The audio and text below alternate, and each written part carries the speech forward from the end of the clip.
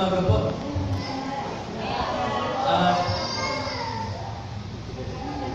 Kanina po may, tama ba Teo Peña? Kanina may naligaw na bisita, no? Pero doon ang punta, no? Sa kabila, no? Alam niyo po yung mga ganong bagay, hindi po yung insidente. Naniniwala ba kayo ron, mga kapatid, no? Na kahit yung pagkaligaw, hindi po aksidente. May purpose. Ako naniniwala kung siguro po ang Panginoon gusto siyang dalhin dito. No? O, doon dapat eh. No? Pero alam niyo po, no, ako naniniwala na sa lahat po ng mga twists and turns ay may purpose po ang Diyos. Yan. At kayo po mga kapatid, no, may nakalagay sa Bible before we start. Naalala po niyo yung mga magi, yung mga wise men, di ba? Nung makita nila yung between, yung liwanag sa langit na it symbolizes na ipinanganak ang Panginoon. Pero tingnan niyo po, bakit dinala ng liwanag ang mga magi, hindi diniretso sa Bethlehem? Di ba? Dumiretso doon sa Jerusalem. Nandoon si Herodes, yung hari, yung ayaw niya na may kapalit sa trono. Pero alam niyo po, no? Di ba sa tingin natin, ba't ganun ang Panginoon? Ba't parang dinala siya sa kalaban? Delikado yun. Pero alam niyo kung bakit? Kasi ang purpose ng Panginoon para ipakita sa mga magi na tama yung pinuntahan nila. Kahit nandoon si Herodes. Kasi yung lugar na yun ang trono ng Messiah. Jerusalem is the throne of the Messiah. Kaya pinapunta sila sa throne.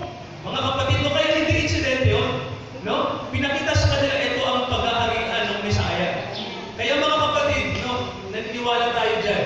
Kaya samahan niyo ako manalangin at itaas natin ang Panginoon sa umagang ito.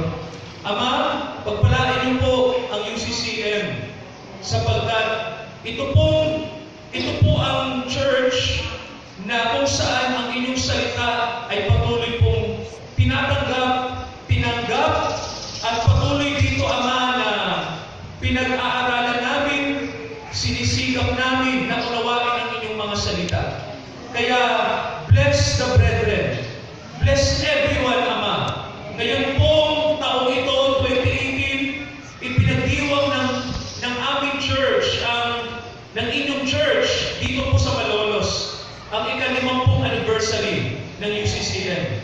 Continue, Father, to bless the ministry na iniatang nyo sa mga kapatid sa dakang ito. Naniniwala kami, Father, na ano man ang aming gagawin, kung sa kalooban nyo, naniniwala kami, it will be fruitful at maraming kaluluwa ang masisave because of this church. Kaya i-bless nyo po ang araw na to, ang aming paksa sa araw na to, in the name of the Lord Jesus Christ. Amen. Alam niyo po, napaka-symbolic ng 50. Mga kapatid, no, alam niyo sa Bible, pag sinabing 50, it means Jubilee. It means panahon ng freedom. Alam niyo po ba yun? Kaya mahalaga yung 50. Naalala niyo, no? 49 days ang mga disciples nandoon sila sa upper room praying. And then nung ika-50th, nung ika-50, it means Pentecost. Ang ibig sabihin, mga kapatid, ay panahon ng freedom. Di ba, mga kapatid? Harvest time, freedom, lahat ng pagkakautang binabayaran, lahat ng kasalanan pinapatawad, lahat ng may pagkukulang pinupunuan ng Diyos. Kaya ang 50 ay mahalagang number sa atin. Tama po ba? Kaya receive the blessing, mga kapatid, no? I-receive nyo ang blessing sa araw na to. Alam niyo po, ang ating topic napakahalaga. It's about yung sinasabi natin na well-doing. Yung paggawa mo ng mabuti, napakahalaga po. Basahin natin ang Galatians chapter 6. Ito po yung mababasa natin. Galatians chapter 6. Okay, ito po ang mababasa natin sa dito po sa verse 9. Ang sabi po, let us not be weary in well-doing, for in due season we shall reap if we faint not. Ang sabi po sa Tagalog, huwag tayong mapagod sa Amen po ba? Sabi rito, huwag tayong mapagod sa paggawa ng mabuti sapagkat sa kapanahunan, in due time, ang sabi ni Paul, in due time, sa itinakdang araw, itinakdang panahon, ang sabi, magsisipag-ani tayo kung hindi tayo makapapagod. Maganda mga kapatid itong verse na to, no? At ito po yan, ito tanong. Yung mabuting gawa ba, saan ba nagagaling? Okay, tama po yan, no? Pero mga kapatid, ang maganda dito, iuugay natin sa isang salita ang good works, no? Alam niyo po ang mabuting gawa kung saan galing? Ito po yung word, yan po, grace, biyaya, no? Biyaya po ng Diyos, tama po, no? Ang mabuting gawa, nanggagaling po yan sa biyaya ng Diyos. Naniniwala po ba kayo ron? Amen. No? Ang mabuting gawa, kung ang mabuting gawa, i-connect natin sa sarili natin, hindi mabuti yan. Tingnan niyo po kung bakit. Basahin natin ulit ang Galatians. Galatians 6, verse 8. Kung yung ating gawa ay galing sa makataong paraan, sa Diyos hindi yan good works. No? Basahin natin. Chapter 6, verse 8. Ito ang sabi ng Bible. 6:8 ng Galatians. Sapagkat ang naghahasik ng kanyang sariling laman. Ibig sabihin, kung ang paghahasik natin ng tingin natin mabuti ay galing lang sa ating pagiging makatao. Anong sabi? Mag-aani ng kasiraan. Mga kapatid, hindi ko ako. Kasi ang ibang tao, ang tingin nila sa mabuting gawa, gawa nila. Di ba mga kapatid, no? Di ba ang tingin natin sa mabuting gawa, gawa natin. Pero ang Bible po, malinaw na sinasabi, lahat ng ating mabuting gawa ay galing sa Diyos. No? Kasi ang sabi ng Bible, lahat ng bagay na mabuti sa Diyos po galing. Patunayan natin sa Biblia. Ito ang sabi ng isa sa mga magandang talata ng Bible, Philippians. Ito po ang sabi ng Bible, Philippians chapter 2. Okay, tingnan niyo po itong maigi, maganda to.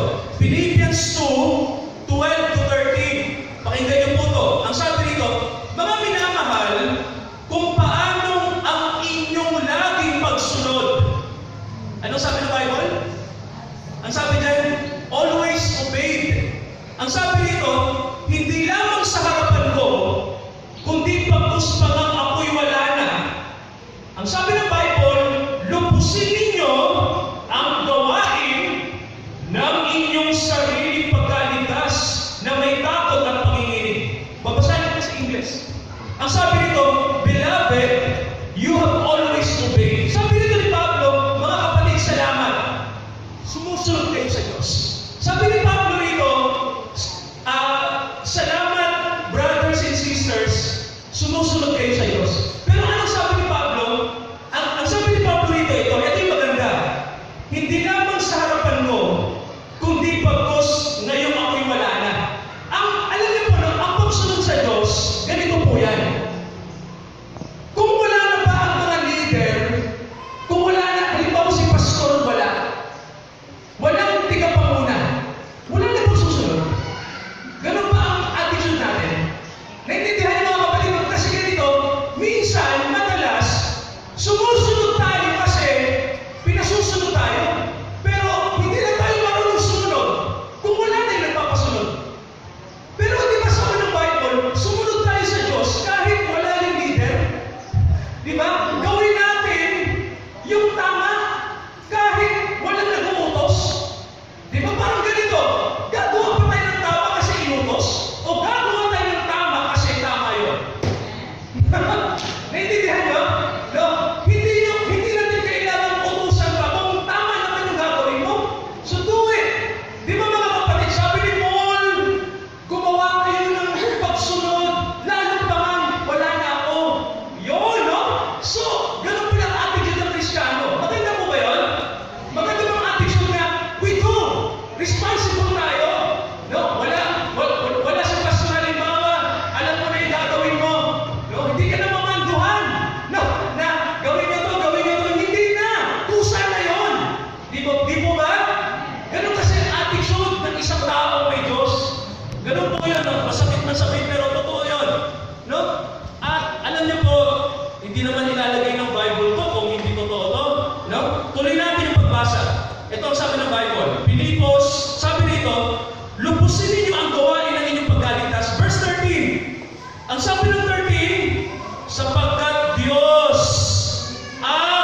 gumagawa sa inyo.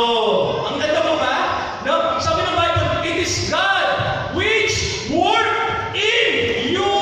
Diyos ang gumagawa. Kasama pa tayo. Mga kapatid, no? Kaya ibig sabihin, if we do good works, kung gumagawa tayo ng well-doing, it is because God is in us. Diba? Hindi mo kailangan utus-utusan pa. Alam mo na ang gagawin mo. Diba? May direktiba ka naman ng Holy Spirit eh. Isang example na sa Bible, ang pagsunod natin is through the Holy Spirit. Alam nyo ganito, diba? Naalala nyo sa mga gawa, hindi ko na pupuntahan. Sila Pablo, pupunta dapat sila sa Asia. Naalala nyo yun? Pupunta sila sa Asia.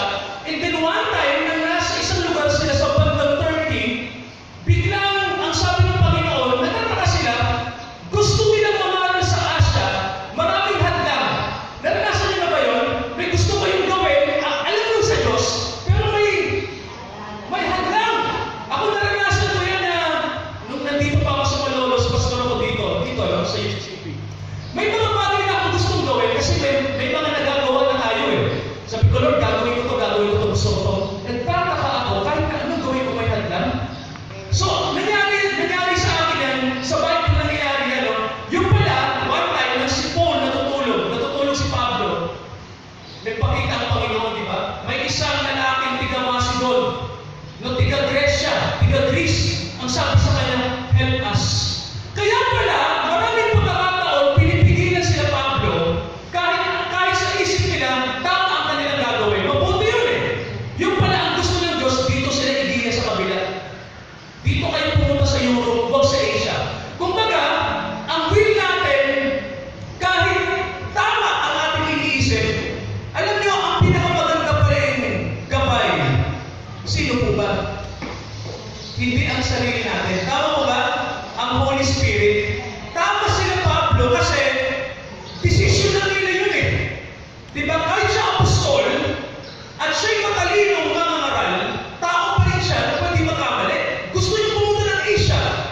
Maraming handa. Sabi niya, teka lang, sabi ni Paul, bakit ganito? Pahinga muna tayo. Ayun, habang natutulog ang propeta, ang apostol, nagpakita ang Panginoon ng pakitain. Diba? Sabi, dito kayo sa Europe. Dito ang gawain. Huwag muna dyan. Si mga kapatid, ibig sabihin, yung tamang guide. Ginagabayan tayo sa mabuting gawa sa paraan ng Diyos. Tama po ba? Mga kapatid, hindi sa paraan natin. Okay, ngayon eto. Balikan natin yung kanina na sinasabi ng Bible na ang paggawa ng mabuti, it came from grace. Galing sa biyaya yan. Patunayan natin sa Epeso ulit. Epeso chapter 2. Isamahan niyo ako. Ephesians 2. Tingnan niyo mga kapatid kung bakit biyaya ang paggawa ng mabuti. Chapter 2 mula verse 8. Anong sabi diyan? Basahin ko po Ephesians 2 mula verse 8. Nakita niyo po? Okay, ito sabi. Sapagkat sa biyaya, kayo'y nangaligtas sa pamamagitan ng pananampalataya, ito'y hindi sa inyong sarili. Pansinin, ang sabi, hindi ito galing sa sarili natin, ang kaligtasan, ito na nasa atin, kaloob. Amen po ba? Kaloob. Tuloy natin.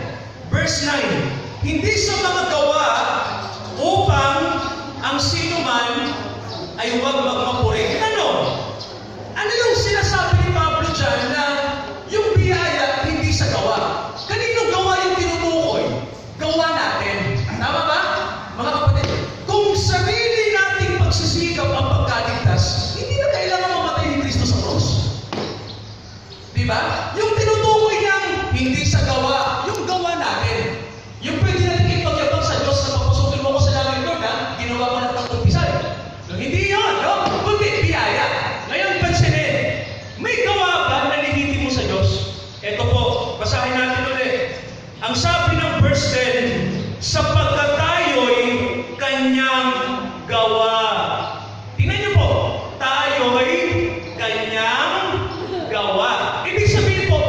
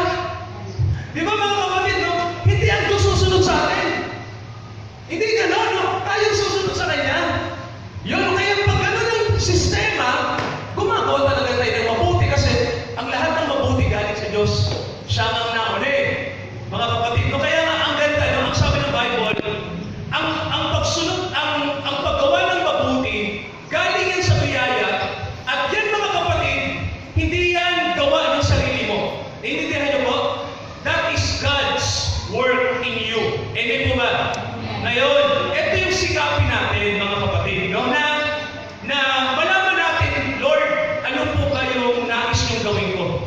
Alam, maganda yun, ano? Nagtatanong tayo. Tama ba, mga kapatid, no? Alam niyo, marunong ba kayo magtanong yan sa Diyos? Halimbawa, nasa isang simbahan tayo, tulad dito, nag-aaralan, nakikinig. Pag-uwi niyo sa bahay, nagtatanong ba kayo yan? Sinasabi ng Lord, ano po ba ang dapat kong gawin? Ano ba ang direktiba ko? No, alam niyo, maganda yung gano'n kasi kung marunong tayo magtanong kung ano ang dapat natin gawin, alam niyo, ang Diyos magpapahayag. No? Tatanggapin niyo yung revelasyon. Ito ang gagawin mo, anak. Ito ang dapat mong gawin. Sasabihin ng Diyos hindi ka manghuhula. Magbibigay ako ng example kung bakit may mga mabuting gawa sa tingin natin invalid. Alam niyo ba yung word na yun? Invalid, hindi tanggap. Gusto niyo malaman? Ito. Samahan niyo ako sa Mateo. Tingnan niyo po ang Bible. Ito po, no? Meron pong magawa ng mabuting invalid? Oo. Marami. Kahit po ba sa church? Oo. Kahit na religious pa yan. Tingnan niyo po, hindi po ako nagsabi nito. Ang salita po ng Diyos. Ito po. Mateo chapter 7. Tingnan niyo po ito. Mateo 7. Verse 21. Sundan niyo po mga kapatid ko. Mateo 7 from 21. Anong sabi dyan? Okay, ito sabi tingnan niyo kung nagsasabi ba ako ng totoo o hindi. Sabi dito, hindi ang bawat nagsasabi sa akin, Panginoon, Panginoon, ay papasok sa kaharian ng langit, kundi ang gumaganap ng kalooban ng aking Ama na nasa langit. Ano pong unawa niyo dyan, mga kapatid? Ano ang pagkakaintindi niyo? Anong mahalaga? Anong mahalaga sa talatang yan? Doing the will of God. Tuloy natin. Marami ang magsasabi sa akin sa araw na yan, Lord, have we not prophesied in your name? Di ba kami humula sa pangalan nyo? Nagpalayas kami ng mga demonyo? Nagsigawa kami ng maraming gawa na makapangyarihan. But anong sabi ng Panginoon? Hindi ko kayo kilala. Okay, tanong ko, pwede ba tayo gumawa ng mabuti sa tingin natin labas sa kalooban ng Diyos? Oo. Hindi porke gumagawa tayo ng mabuti sa church ay okay na. Anong mabuti, Pastor, ngayon? Yung kalooban ng Diyos. Kung tatanungin ako, Pastor, anong kalooban ng Diyos? Tanungin mo siya. Ask the Lord. Kasi baka mamaya, gawa ka lang ng gawa, hindi naman pala yung pinapagawa ni Lord. Si Pablo, kita nyo, di ba? By vision, sabi, Paul, huwag ka dyan, dito ka sa Europe. Nandito. Di ba kaya kanina sabi ko, ask the Lord. Tatanungin mo, Panginoon, Lord, ano ba direktiba namin? Ha? Paano ba? Di ba? Kasi mga kapatid, ang paggawa natin, ayon yan sa pahayan ng Panginoon. Mabuti sa Kanya yun. May mga mabuti na gawa natin na hindi naman pala magbibig sa will niya. Hindi pa rin tama. Di ba? So, mga kapatid, naiintindihan niyo ba? Nagigets yung sinasabi ng Bible? O, walang pagkakaiba yung kay Cain. Naalala niyo si Cain? Di ba si Cain, gumawa pa siya ng masama nung makaalay siya sa Diyos ng kanyang mga tinanim. Sa tingin natin, mga tao, wala. Tama yung ginawa ni Cain. Pero bakit hindi tinanggap ng Diyos? Kayo sumagot. Si Cain, magsasaka. Hinabis yung mga tanim niya, inalay sa Diyos. Ito ang alam kong pag-aalay. Tanong, kung mabuti ang ginawa ni Cain, take note, kung mabuti ang ginawa ni Cain, bakit hindi tinanggap ng Diyos? Sabi ng Bible, hindi in-accept. Yung kay Abel ang in-accept. Pero, ang ginawa ng Diyos sa likod ni Cain, huwag ka namang magtatampo. Huwag mong hayaan ang kasalanan ay maghari sa iyo. Hindi, pero God is hindi in-accept ng Diyos kung kanyang gawa. Napansin niyo po, bakit si Abel in-accept? Kasi si Abel na mag-alay sa Diyos, makinig kayo, dahil siya mag-alay sa Diyos, inalay niya ang kalooban ng Diyos, kung ano ang will ng Diyos. Ang gusto ng Diyos, ialay ng time na yun. Dahil si Abel nagtanong sa Diyos Kasi ang sabi ng Bible, by faith, di ba sabi ng Hebrews, by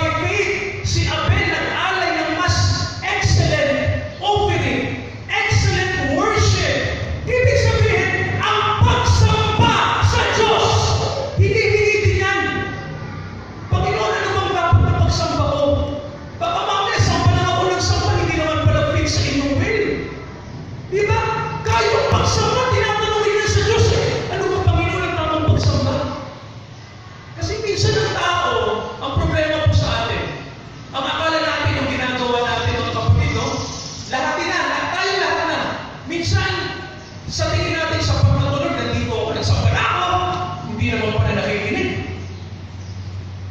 May mga ganun mga kapatid. May ganun eh. May mga, yung puso, malayo naman sa salita ng Diyos. Hindi po ba, mga kapatid ko? Kasi, kahit po ang pagsamba, even worship, we are praying for that. Lord, ano po ba ang pagsamba? Turuan mo kami. Makalulugod sa inyo. Grabe si Abel ganon. Hindi lang siya basta nag-aaral ng tinanim niya. Eto mabuting gawa na to. No, si Cain pala, ang tinutukoy natin na sapat na to, Lord, sapat na.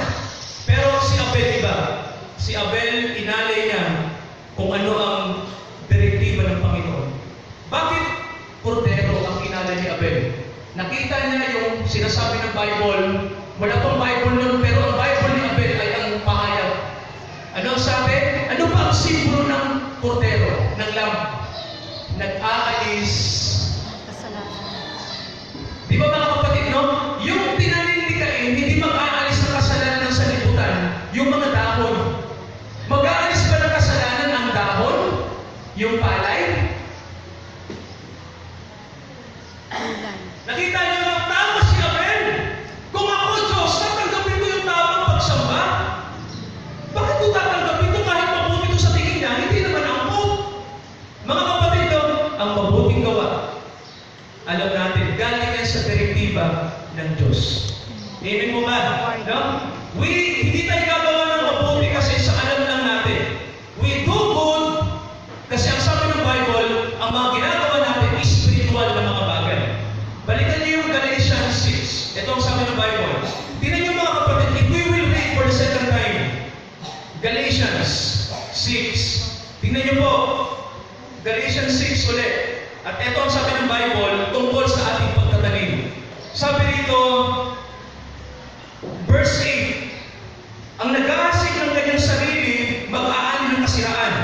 Datapot ang nag-aasik ng Espiritu. Anong sabi mga kapatid? Ang sabi ng Bible, ito yan, ito maganda.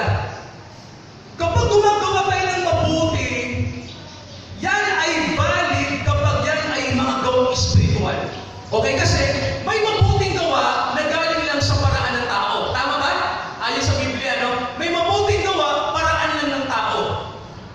Di ba mga kapatid? Halimbawa ganito, so, pupuntahin siguro ako sa langit ng Diyos kasi nagpakain naman ako sa mahihirap. Hindi naman sapat yun.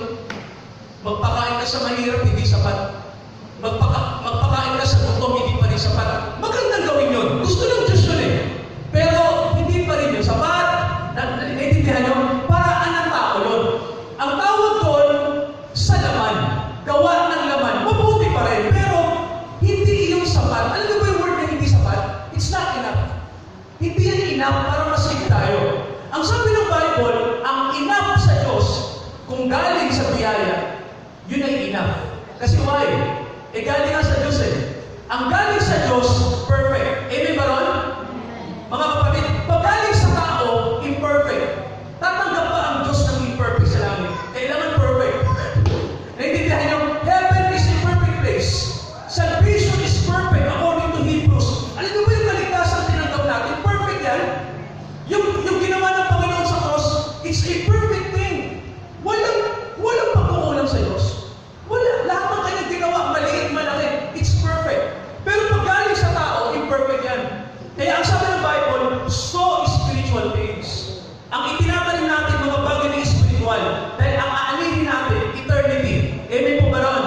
It's eternity. Ngayon, eto ang ating katwiran. Sasabihin natin, Lord, wala pa naman akong nakikitang resulta sa mga gawang spiritual na ginawa ko. Nasaan yung result? Dasal ako nagdasal, wala pa rin. Nasaan na? Ilang taon na? Anong sabi ng Biblia dyan? Huwag tayong mapagod sa paggawa ng mabuti. In due time, God will answer us. Mayroon akong patotoo sa inyo. May kapatiran tayo sa Manolos.